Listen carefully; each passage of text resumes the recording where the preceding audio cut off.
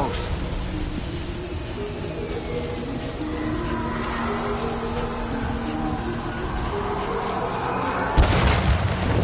Heads up, Sam. It's not safe.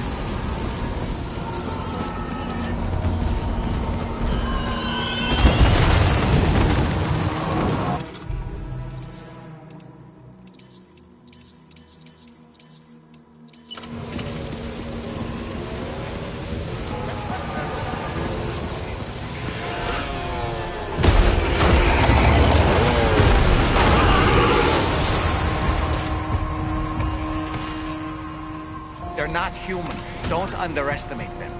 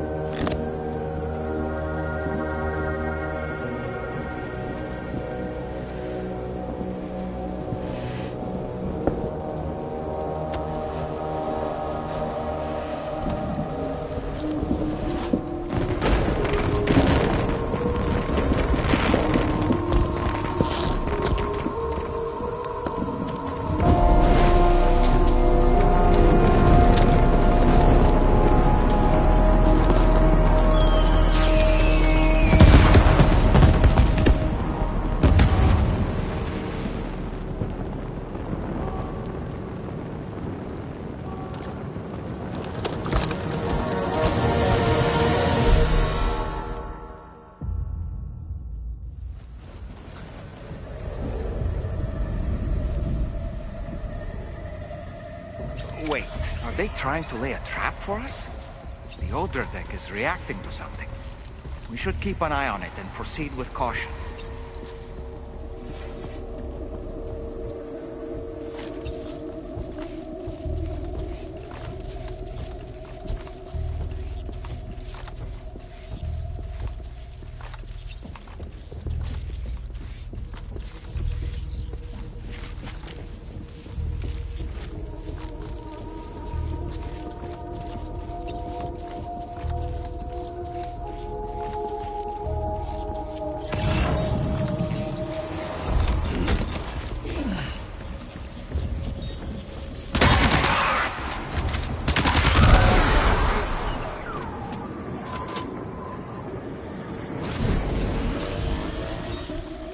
There's too many. You can't handle them all by yourself. But maybe you can split them up. Take them one by one.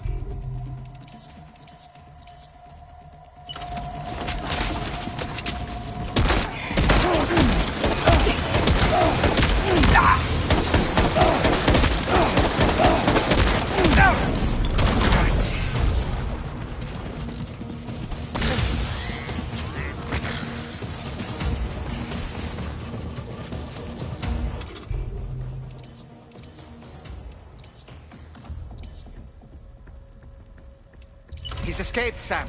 Up into that tower.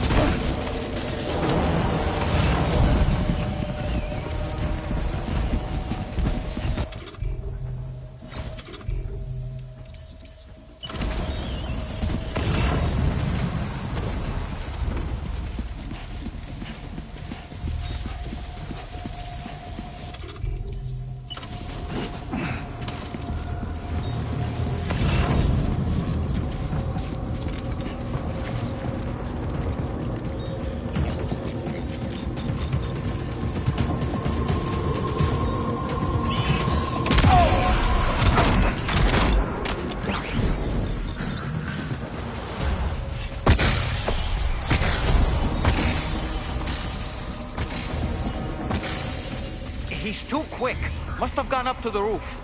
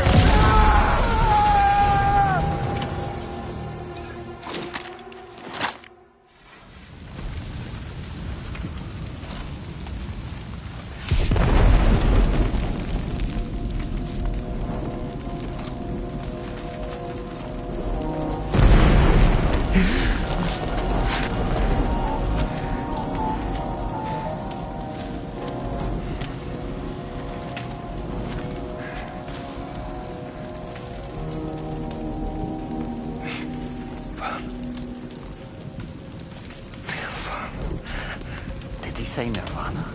Is he implying this is some sort of realm for the enlightened?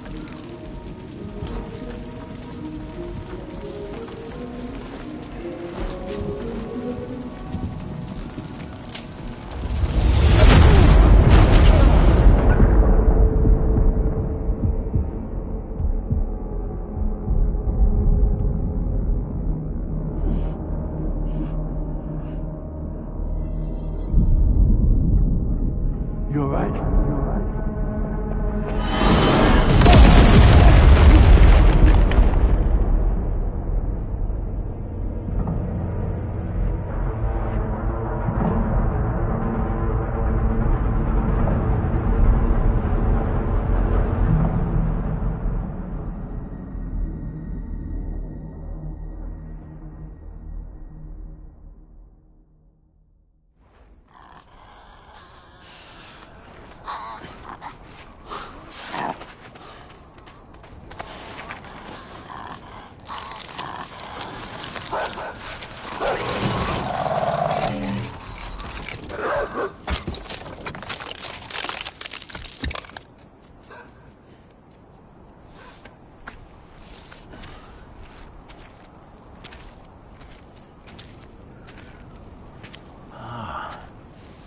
It's her, isn't it?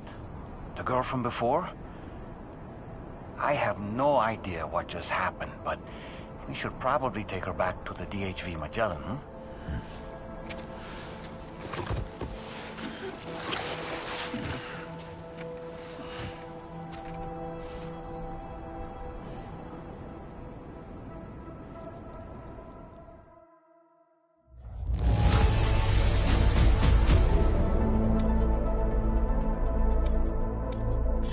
Now displaying your current porter grade.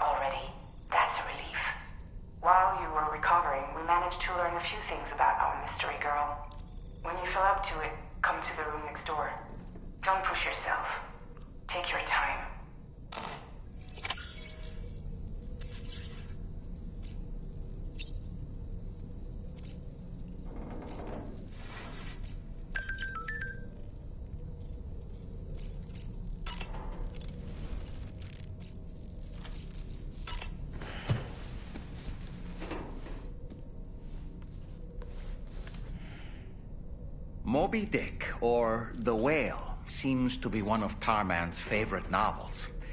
As the name suggests, it's a story about a white sperm whale named Moby Dick. Captain Ahab, one of the main characters, uses a prosthetic leg made of whalebone to replace the one Moby Dick took long ago.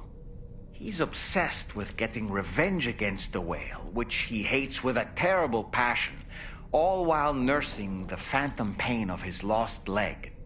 In the end, Ahab fails to exact vengeance on his foe and is dragged into the sea. His crew's only survivor is Ishmael, the book's narrator. He was rescued after clinging desperately to a coffin-shaped life buoy. That's right, a coffin was his savior. Ironic, isn't it?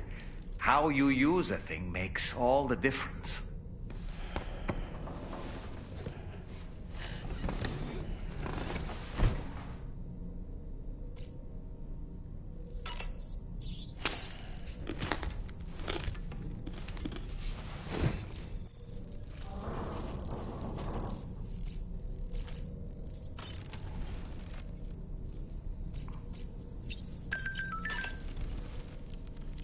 Are you sure you're all right, Sam?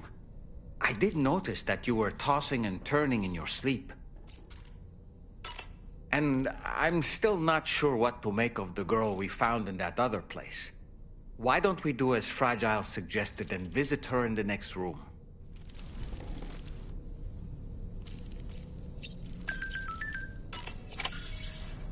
Come on. Gently. You're okay. Come on. Careful, careful. Come on. Careful. Come down. You got it? Come on.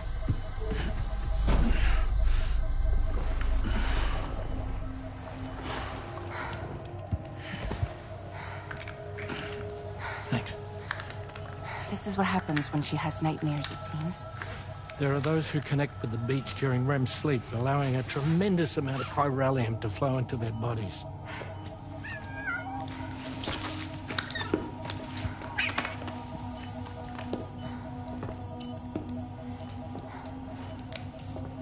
Hey, is your wrist gonna be okay? Yeah. We ran some blood and DNA tests on her. And checked her for signs of injury. As far as we can tell from a medical perspective, her health is in perfect condition. But that doesn't make the chrysaloid shell in which we found her any less troubling. Not to mention the tar-like fluid that came pouring out of it. We're still analyzing both. And there's more. You mean those suckers? Indeed. But that's not what I'd call them. Much closer to a chiral rash, I would say. You know how chiral allergies can sometimes trigger goosebumps? It's like that, except a fair bit worse. The tar-like secretions can accelerate the passage of time on contact, it seems. We suspect she has Ds2. And that when she's levitating, she's experiencing the nightmares common amongst sufferers. That space or realm she left behind to come here. The fellow we saw called it Nirvana, I believe. But to me, it looked like the land of the dead. Even so, she's a living human being. And I believe that she was born in that place. After things settled down, I spoke with her for a little.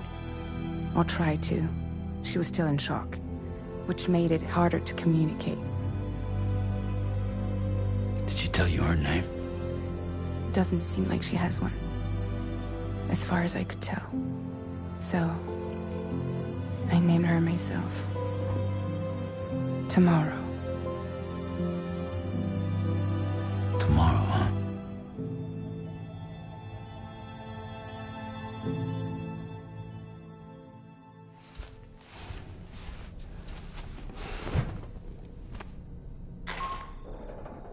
Sam, it's Charlie.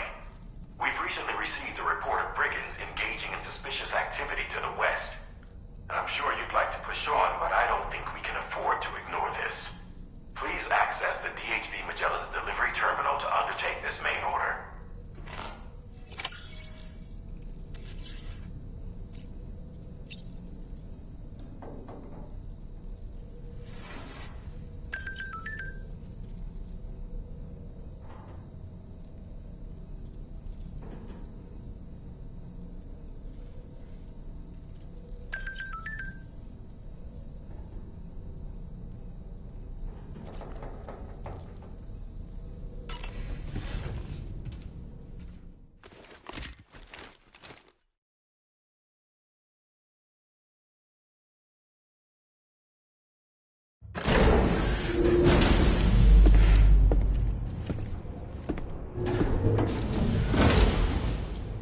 Before I forget, Sam, it seems you left some cargo behind outside the Northern Environmental Observatory, where the tar bubbled up before we were whisked away to the other side. You remember all that excitement, yes? Anyway, Tarman was kind enough to collect your cargo for us. It's been placed in your private locker aboard the DHV Magellan.